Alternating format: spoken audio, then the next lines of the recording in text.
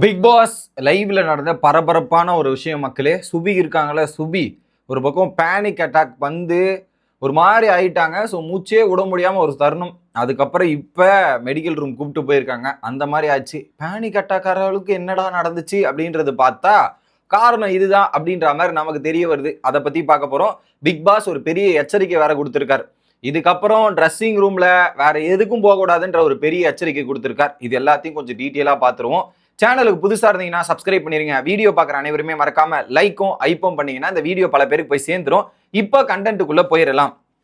ஆக்சுவலாக என்ன நடக்குதுன்னா, விக்ரம் மற்றும் சுபிக்ஷா நார்மலா உட்காந்து எப்பவும் போல ஒரு டிஸ்கஷன் பண்ணுவாங்கல்ல, டாஸ்க்கை பத்தி பேசுறது, இதை பத்தி பேசுறது. இப்போ அந்த டிஸ்கஷன் தான் நடந்தது. டாஸ்க்கை பத்தி பேசி டிஸ்கஸ் பண்ணிட்டு இருந்தாங்க. இந்த டாஸ்க்ல ஒரு பக்கம் அவங்க ஜெயிக்க போறாங்க, லீட் பண்றாங்க, நம்ம வந்து பின்னடைவில் இருக்கும், இந்த மாதிரிலாம் இருக்கும். ஏன்னா சுபிக்ஷா அடுத்த வாரம் எப்படியாவது கேப்டன்சில போயிடணும், இந்த இதுவை ஜெயிக்கணும்ன்ற மாதிரி ஒரு இலக்கோடு இருந்தாங்க. பட் இந்த டீம் சொதப்பிருச்சு. ஆல்ரெடி அந்த பொண்ணு ஸ்ட்ரெஸ்ஸில் இருக்கு. நம்ம ஒழுங்கா பண்ணலையே டாஸ்க்கே, நேற்று ஒழுங்கா பண்ணலன்ற ஒரு ஸ்ட்ரெஸ் அந்த பொண்ணுக்கு இருக்கா இல்லையா? இருக்கு. நம்ம பார்த்துருக்கோம். ஏன்னா நேற்று 2 ஹவர் 38 நிமிஷமா இருந்து கண்டுபிடிக்க முடியலன்றது அந்த பொண்ணு என்னதான் வெளிப்படுத்தினாலும் அந்த பொண்ணுக்கு ஸ்ட்ரெஸ் இருக்கு. இப்போ என்ன பண்ணியிருக்காங்க, இப்படி டிஸ்கஸ் பண்ணும்போது ஒரு டாப் 5க்கான டிஸ்கஷன் போயிருக்கு. விக்ரமுக்கும் சுபிக்ஷா கேடியும் டாப் 5க்கான டிஸ்கஷன் போயிருக்கு. அப்போ என்ன பண்ணியிருக்காரு, ஃபர்ஸ்ட் சொன்ன ஏற்கனவே இதுக்கு முந்தின டைம் சொல்லும்போது விக்ரமோட டாப் 5ல வந்து சுபிக்ஷா இருந்திருக்கா போல.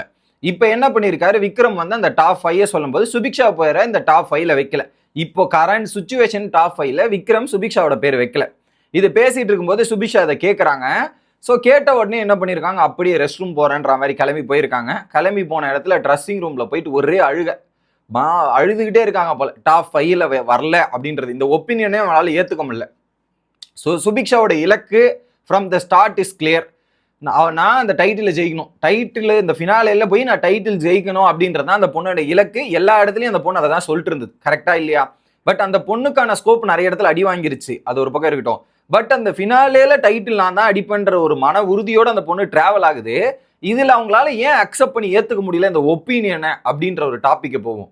ஏன்னா விக்ரமும் சுபிக்ஷாவும் ரொம்ப க்ளோஸு. பிடிச்சவங்களே கூட இருக்கவங்களே. ஸோ விக்ரம் கூட இருக்கிற விக்ரமே வந்து டாப் 5ல நீ வரமாட்ட சுபி அப்படின்ற ஒப்பீனியனை சொல்லும் போது அந்த பொண்ணால அக்செப்ட் பண்ணி ஏத்துக்க முடியல. ஏத்துக்கிற மனநிலைமை இல்லை அப்படின்றதான் நமக்கு தெரியுது. அவன் ஜஸ்ட் இதை வாட்டி தான் சொல்லியிருக்கான். சொன்ன உடனே அவங்க எமோஷனலா உடஞ்சி பிரேக் டவுன் ஆயிட்டு இருக்காங்க. போயிட்டு அங்க அழுதுட்டு இருக்காங்களா, விக்ரமும் வெயிட் பண்ணிட்டு இருக்கான். அதுல வேற யாருன்னா சொன்னா கூட அவங்களால ஏத்துக்க முடிஞ்சிருக்கும் போல இருக்கு.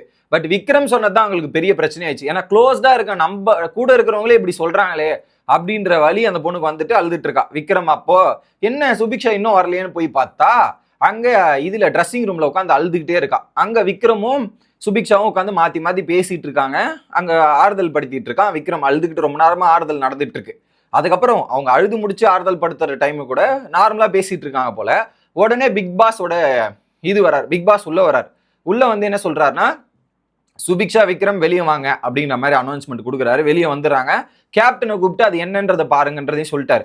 ஒன்றும் இல்லைன்னா வளர்ந்துட்டு இருந்தா அங்கே போய் பேசிட்டு இருந்தேன், வேற எதுவுமே இல்லை. ஸோ இதுக்கப்புறம் பேசுறதா இருந்தால் வெளியே வந்து பேசுங்க அப்படின்றதையும் சொல்லிட்டாரு. இதுக்கப்புறம் பிக் பாஸ் வார்னிங், இதுக்கப்புறம் யாருமே அந்த ட்ரெஸ்ஸிங் ரூம்ல போயிட்டு இந்த மாதிரி ஆக்டிவிட்டிஸ்லாம் நீங்க பண்ணக்கூடாது, போய் இது பேசக்கூடாது, ட்ரெஸ்ஸிங் மட்டும் பண்றதுக்கான போங்க, அழறதெல்லாம் அங்கே போகக்கூடாதுன்ற மாதிரி சொல்லிட்டார் பிக் பாஸ். ஏன்னா இதுல நிறைய பேர் வந்து பாத்ரூம்குள்ள போட்டு அழுவுறது, திவ்யா மற்றும் சாண்ட்ரா பண்ணதா இருக்கட்டும், இங்க இந்த இதுலயும் பண்ணதா இருக்கட்டும்ன்ற மாதிரி நிறைய பேர் இப்படி பண்றாங்க.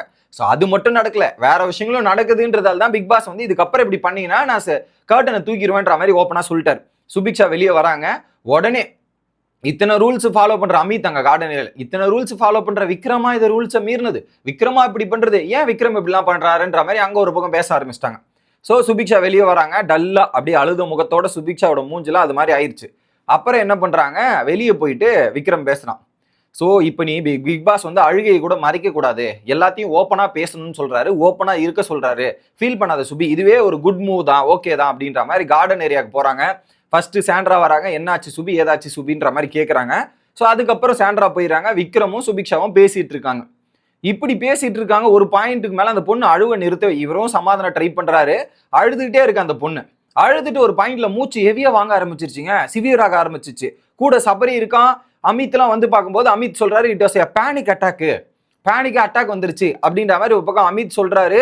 உடனே வந்து பிக் பாஸ் கிட்ட அனௌன்ஸ் பண்றாரு அமித். பிக் பாஸ் கிட்ட அனௌன்ஸ் பண்ணிட்டு சில விஷயங்கள் பண்ண போறாரு. அடுத்து உடனே சாண்ட்ரா வந்து அவங்களை பிடிச்சி மூச்சு எவையா வருதுங்க, அந்த மாதிரி ஒரு மாதிரி இப்படி கேரை இழுத்துக்கிட்டே போகுது. அந்த பொண்ணு பார்க்கறதே நமக்கு பதபதைக்குது. அந்த மாதிரி தான் இருக்கு.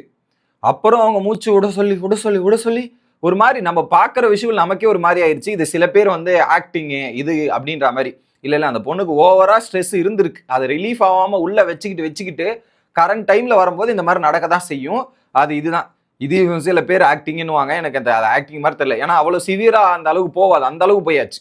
சிவியரா வந்து போயிட்டு அந்த பொண்ணு மூச்சு விடாம ஒரு மாதிரி இருந்துட்டு அதுல சாண்ட்ரா எல்லாம் தட்டுறாங்க, ஒரு மாதிரி பண்றாங்க. அதுக்கப்புறம் பிக் பாஸ் வந்து என்ன சொல்றாரு, எல்லாரும் தள்ளி விடுங்க, தள்ளி நில்லுங்க, காத்து விடுங்கன்ற மாதிரிங்க. இன்னொரு பக்கம் வந்து ஒரு கவரை எடுத்து அமித் வந்து கவரை எடுத்துன்னு வந்து மூஞ்சில வச்சு அப்படி லாக் பண்ணி பிடிக்கிறார். ஸோ ஏதாவது இதுவாக போது காம் டவுன்ற மாதிரி எல்லாரும் கூல் பண்றாங்க, இதெல்லாம் பண்றாங்க. அப்புறம் பிக் பாஸ் டாக்டர் வந்தாச்சு அப்படின்றது, டாக்டர் வந்துட்டு இருக்காங்க, கூட்டு வாங்கன்ற மாதிரி கூட்டு போய் ஸ்டோர் ரூம்ல விட்டாச்சு. சரி ஸ்டோர் ரூம்ல விட்டாங்களே ஏதாவது ஆச்சுன்றதை பார்த்தா கொஞ்ச நேரம் ஒரு 2 நிமிஷம் 3 நிமிஷம் கழிச்சு திரும்ப கன்ஃபெஷன் ரூம் கூட்டுவாங்கன்ற மாதிரி கன்ஃபெஷன் ரூம்ல இப்படி கூட்டு போயிருக்காங்க. இந்த ஒரு ஒப்பீனியனுக்கு ஒரு பேனிக் அட்டாக். அதுக்கப்புறம் இவங்களை எடுத்துட்டு போய் ஸ்டோர் ரூம்ல விட்டு வந்தா இன்னொரு பக்கம் விக்ரம் அழுகுறான். டேய் என்னடா இது, இந்த வாரம் அழுகை வாரமாடா அப்படிங்கிற மாதிரி தான் விக்ரம் வந்து அழுதுட்டு ஒரு மாதிரி ஃபீல் பண்றான். சபரி வரான், கனி வராங்க, கன்சோல் பண்ண வேணாம் நான் பாத்துக்கிறேன்னு சொல்லிட்டு கனி கிட்ட போயிட்டு என்ன நடந்துச்சு ஏது நடந்துச்சுன்னு எக்ஸ்பிளைன் பண்றார். நான் இப்படிதான் சொன்னேன், இதெல்லாம் பண்ணேன், என் கூட இருக்கிறான்ற உரிமையில நான் வந்து எப்பவுமே நிறைய நல்லதை பாராட்டி இருக்கேன்.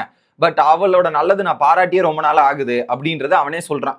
ஸோ இதுல முழுக்க மெயின் காரணமா இருக்கிறது விக்ரம். பட் ஒரு ஒப்பீனியனை ஏத்துக்க முடியல சுபிக்ஷாவால. ஸோ அது விக்ரம் மேலேயும் தப்பு இருக்கு அப்படின்றதுலயும் மாற்று கருத்து இல்லை.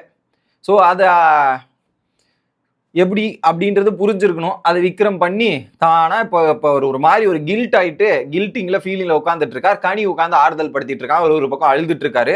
இங்க என்ன நடக்குதுன்னே தெரியல. அந்த மாதிரி ஒரு சம்பவமா போயிட்டு இருக்கு. ஓகேவா? விக்ரமோட அழுகை, சாண்ட்ராவோட அழுகை, பார்வதியோட அழுகை, சுபிக்ஷாவோட அழுகை, இந்த மாதிரி வரிசையா அழுகையின் வாரமாவே போகுது. அடுத்து என்ன நடக்குதுன்னா, சாண்ட்ரா வந்து பார்வதி கிட்ட சொல்றாங்க, என்னோ ஆயிருக்கு, என்ன ஆச்சுன்னு தெரியல, அவ கொஞ்சம் 2-3 வாரமாவே லோவா இருக்கா, பிரஜன் போனதுல இருந்து லோவா தான் இருக்கா, நானும் அவளை பார்த்துட்டு தான் இருக்கேன், என்னன்னு போய் கேட்டா சொல்ல மாட்டா, எதுன்னு தெரியல அப்படின்ற மாதிரி ஒரு பக்கம் வந்து சாண்ட்ராங்க வந்து பார்வதி கிட்ட சொல்லிட்டு இருக்காங்க. ஏதோ நடந்திருக்கு போல அப்படின்ற மாதிரி ஒரு விஷயம். ஓகேவா? இது நடந்து இந்த பக்கம் போயிட்டு இருக்கு. இன்னொரு பக்கம் விக்ரமுக்கு ஆறுதல் அந்த பக்கம் போயிட்டு இருக்கு.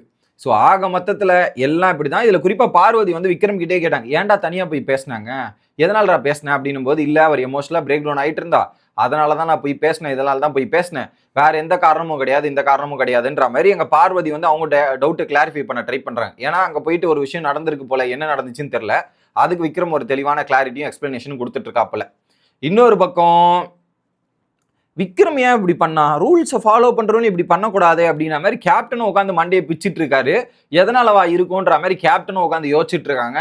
ஆக மொத்தத்துல லைவே ஒரு பரபரப்பா போயிட்டு இருக்கு. அடுத்து மக்களே இன்னொரு ஃபைனல் வார்னிங் கொடுக்குற பார்வதி, இதுக்கு மேல இதெல்லாம் பண்ணினா நல்லதுக்கு இல்லைன்ற மாதிரி கமருதீனும் வந்து பார்வதிக்கு வார்னிங் கொடுத்த தருணங்கள் பார்க்க முடிஞ்சு.